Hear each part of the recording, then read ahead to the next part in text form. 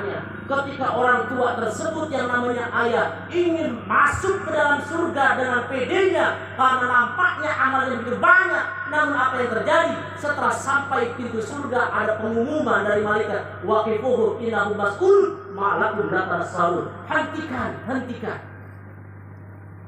Waqifuhum innahum mas'ul. Hentikan, orang itu perlu ditanya dahulu. Kenapa ketika di surga, kenapa ketika di dunia tidak mau saling tolong menolong dalam mengingatkan agar beriman yang sempurna kepada Allah. Yang pertama itu kewajibannya nggak banyak Pak. Ya. Yang kedua, kewajiban orang tua. Yang pertama mendidik yang dipimpin atas keimanan. Yang kedua, memperhatikan sholat anaknya sampai usia 7 tahun. Wa'mur ahlaka bis shalah. Didiklah anakmu untuk sholat. Wastabir 'alaiha. Namun bersabarlah atas sikap tersebut. Jadi kita diperintahkan untuk mendidik anak secapek dan serepot apapun. Mengapa demikian? Karena Allah berfirman, la nas'aluka rizqa. Aku tidak minta rezeki kepadamu, akan tetapi akulah yang memberikan rezeki kepadamu. Ini bentuk komitmen dari Allah, janji dari Allah, memerintahkan kepada manusia sesibuk apapun kalian mendidik anak dengan sholat, nggak usah khawatir. Allah sudah kasih rezeki. Allah sudah atur untuk itu.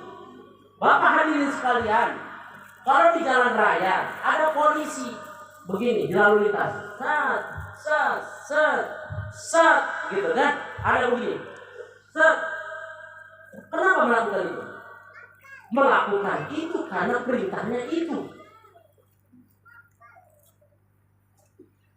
Karena dia tahu perintahnya itu. Kenapa dia lakukan? Karena kalau setelah melakukan dia dapat gaji.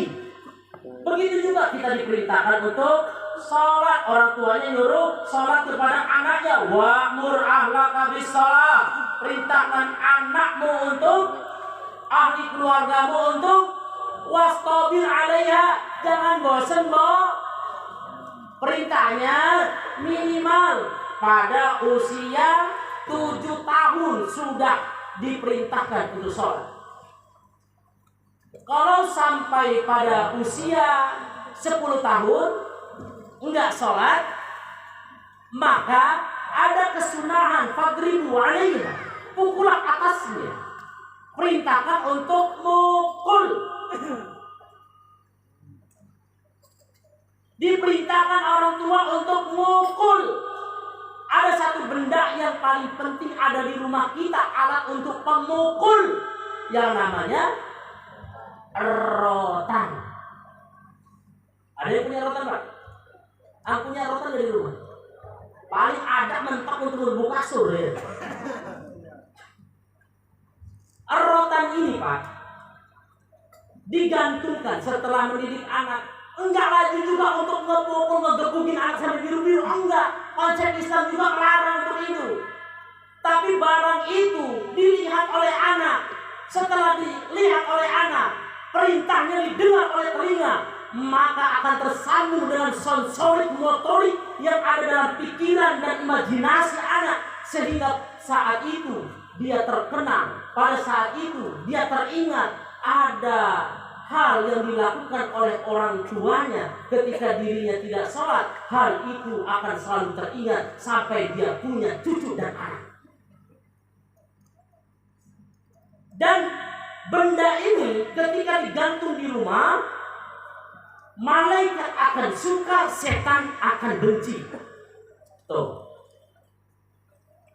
rotan digantung, rotan beli itu ya, niatnya memang untuk mendidik anak. Setelah sholat digantungi. Ngegantungin rotan itu dapat mendatangkan rahmat Allah Subhanahu wa ta'ala. Udah punya rotan belum kira-kira untuk itu? Belum. Beli. Bukan niat joko ganas amat nyiapin rotan untuk ngegebukin anak. Bukan. kerukunan itu akan terkenang dan akan menjadi asar rohani yang baik untuk jiwa anak. Ya, beli apa ya? Rotan. Dipukul pada usia 10 tahun, kalau nggak sholat pada usia 10 tahun ya baik. Dipukul pada usia 10 tahun. Kalau usianya 40 tahun nggak sholat, nah jadi bahas ya. Dipukul melawan gitu, mas, didoain supaya dapat hidayah, supaya sholat. Ya, karena apa? Seberat-beratnya sholat, lebih berat lagi kalau nggak sholat. Ya, seberat-beratnya sholat, lebih berat lagi kalau nggak sholat. Diingetin lagi, seberat-beratnya sholat, lebih berat lagi kalau nggak.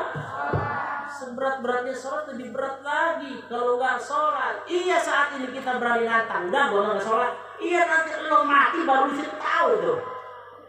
Kita mati baru tahu. Saat ini kita diperintahkan untuk sholat, untuk ngaji, untuk baca Quran, untuk masjid. Kita belum tahu manfaatnya, kita belum tahu rahasia daripada setiap perintah itu. Kayak si jabang bayi ketika masih dalam perut orang tuanya. Si jabang bayi di dalam rahim ibunya. Di dalam beberapa keterangan, si bayi dalam perut itu ditawarkan oleh malaikat, kamu akan diberikan telinga, kata si jabang bayi. Enggak perlu. Kamu akan kami kasih kaki, akan kami kasih tangan, akan kami kasih mata.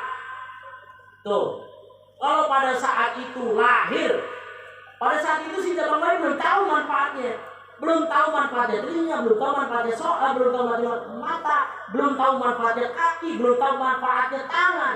Kapan si jabang bayi itu akan tahu? Ketika si jabang bayi lahir, baru pada saat itu dia baru menangis, menjerit, ya Allah, untung kau masih beri tangan, untung kau masih beri kaki, untung kau masih berikan mata dan telinga.